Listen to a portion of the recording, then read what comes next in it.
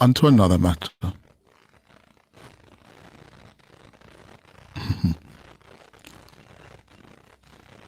I gather there's been a significant development in the long-running issue of the Prime Minister's uncertified statutory declarations by the Integrity Commission. As you're aware, the Prime Minister has taken the Commission to court, saying he has been treated unfairly. And that matter is set for October. I gather the issue of the forensic examiner report on the Prime Minister's declarations has taken a turn. The Integrity Commission has refused to publish the forensic examiner's report. Remember, the Integrity Commission told us they hired this forensic auditor to help it examine what the Prime Minister had submitted to them at a cost running into about 30-40 million Jamaican dollars. And even after receiving that report, it was inconclusive about its findings. So much so, it has passed what it has to the Financial Investigations Division, the FID. Well, I am learning this morning the Prime Minister's lawyers have asked the court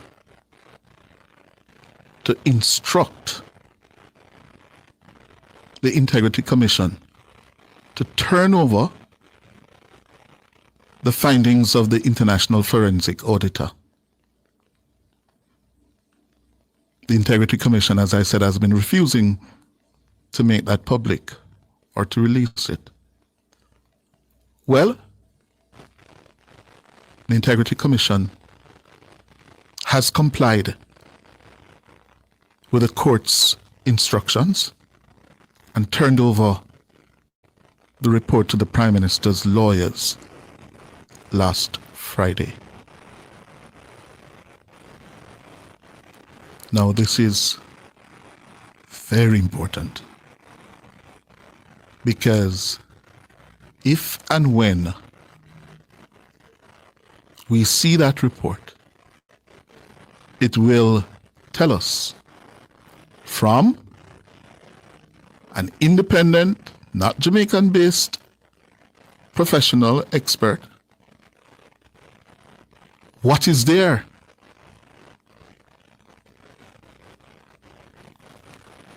We're trying to get more on that, but I can tell you it's under lock and key.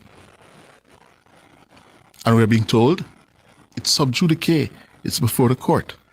So we can see it. But we're trying.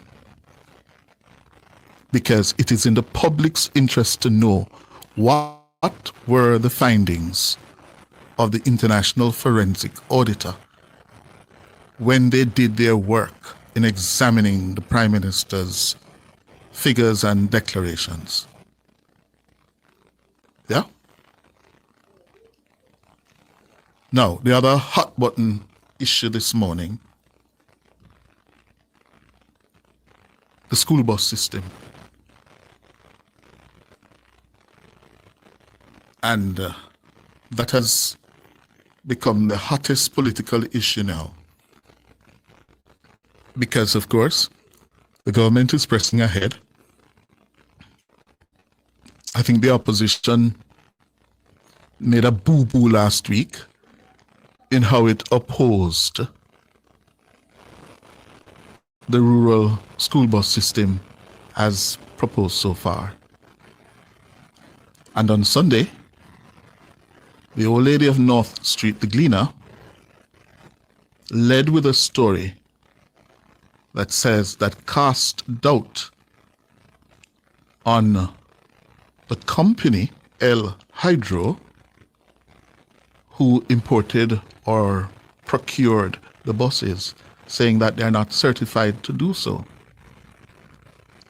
The Transport Minister Daryl Vaz responded quickly by Sunday afternoon, saying the Gleaner was part of a conspiracy, a part of a conspiracy to denigrate and to... Yeah. Minister Vaz says his ministry is the official and documented licensed import of all the buses, not El Hydro.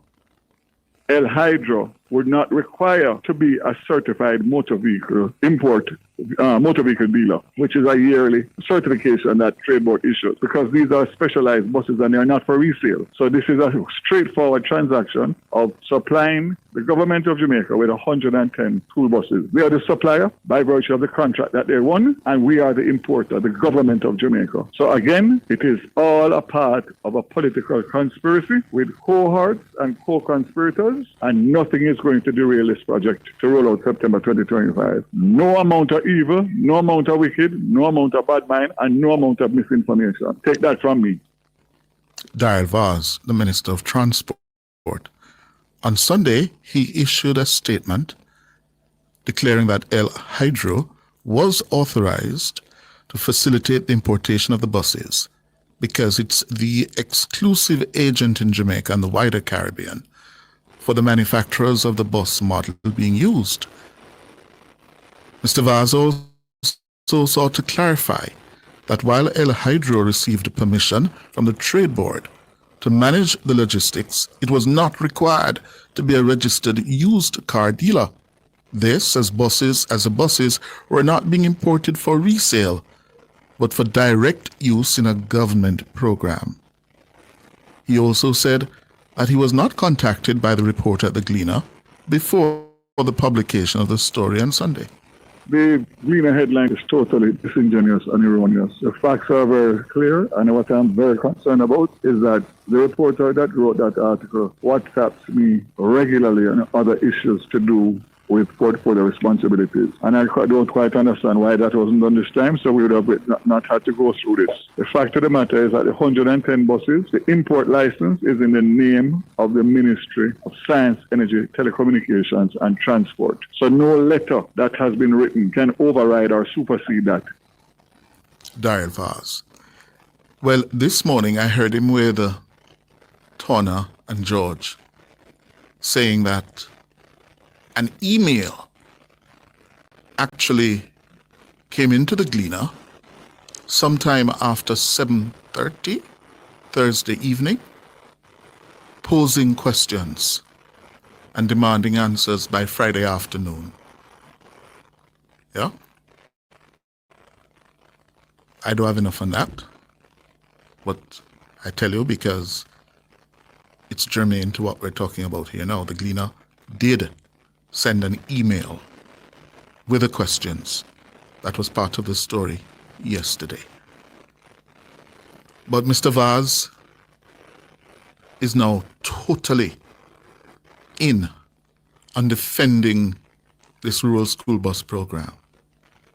He told Tonna and George this morning that when he was made Transport Minister in 2023, the government and the cabinet gave him a mandate. He was to introduce a school bus program for rural children by September 2025. And he's focused on that. And he went in on the weekend in South Manchester, about this matter. 99.9% of Jamaica is supportive of the rural school bus system. 1% is against it, and that is led by the top leadership of the People's National Party, they are cohorts, and they are conspirators. But let me explain something to you. If 99.9% of Jamaica is behind us, and the good Lord is looking down and will protect me, and the Jamaican people support it, this Andrew Holness-led administration is going to implement the rural school bus system. If it's me alone have to take on all of them. You know, as rural parents, what it means and how traumatic it is for those children to get to school every morning and every evening. And oh my God in heaven, can a set of people be so wicked and evil? Wishing evil on the buses. Wishing that the bus crashed. Wishing that the bus broke down. Wishing all sorts of negativity. All because they know that the buses are a good thing and long overdue, and the people in rural Jamaica deserve it.